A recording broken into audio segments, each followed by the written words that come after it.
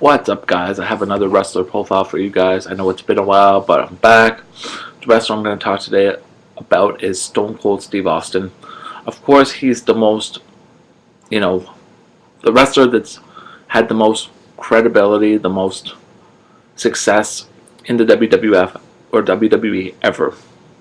I'm going to touch on his past, touch on what I think he should do if he's going to come back for a couple matches. So in this past, Stone Cold Steve Austin was an amazing, first off, amazing solo wrestler as Stunning Steve Austin.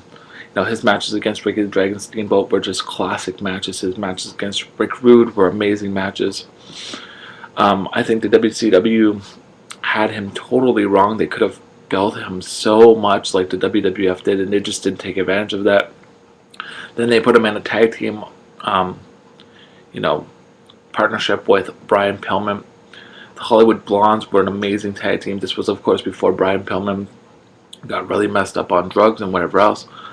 But this tag team, probably one of the best tag teams ever. And, Stone Cold Steve Austin's in the Hall of Fame. I think definitely Brian Pillman should be in the Hall of Fame for not only what he did with Hollywood Blondes, but what he did on his own. He was one of the innovators of the high-flying wrestling matches. He was there before they even brought in the Lucha Libre to WCW. So, Stone Cold Steve Austin built off that. Of course, WCW fired Stone Cold. He ended up in ECW, where he just pretty much vented his, everything he had to say on the mic. And I think that's definitely where the Stone Cold Steve Austin character was built.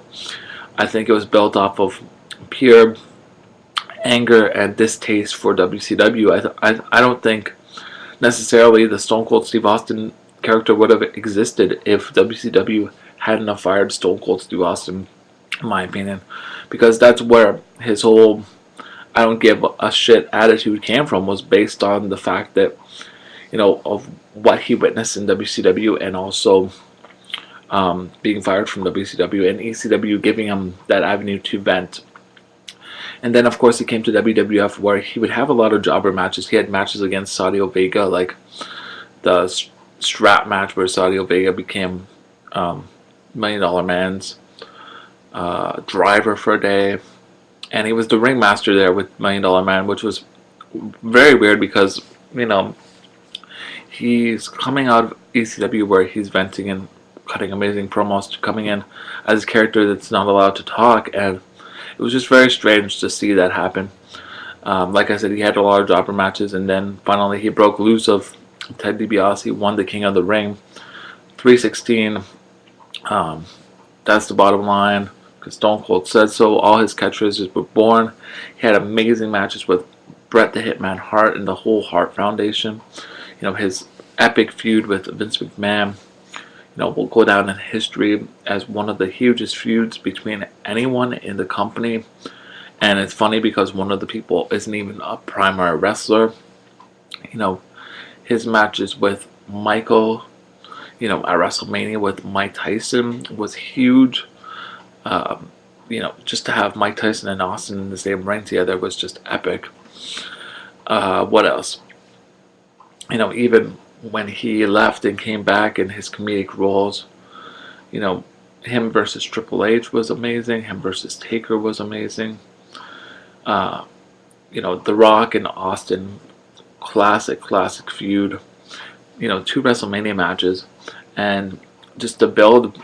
Starting off with the build when they were both Intercontinental Champions, to the build to when they're both WWF Champions. You don't see that. You don't see a continuous build and flow like that in wrestling today.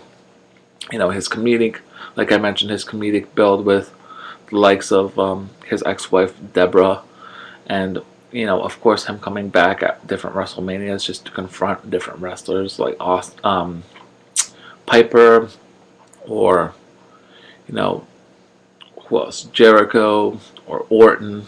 Just people like that he's had the ability to come in and just cut amazing promos with and do his thing. Of course, none of us got to see the Hogan versus Austin match.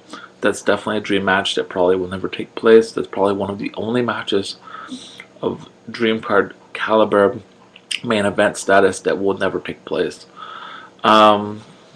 But aside from that, Stone Cold Steve Austin, my favorite wrestler of all time, just because I grew up in the Attitude Era. Well, before the Attitude Era, but I saw the complete Attitude Era. So I want to get your guys' take on Stone Cold Steve Austin. What you guys think about him overall as a wrestler? So you guys comment below. Please sub to this channel. And if you guys haven't subbed to my other channel, Mr. Just Ray, check that out, because on a daily basis I give you guys wrestling intake and updates. So check that out too and sub to that. Catch you guys later. Peace.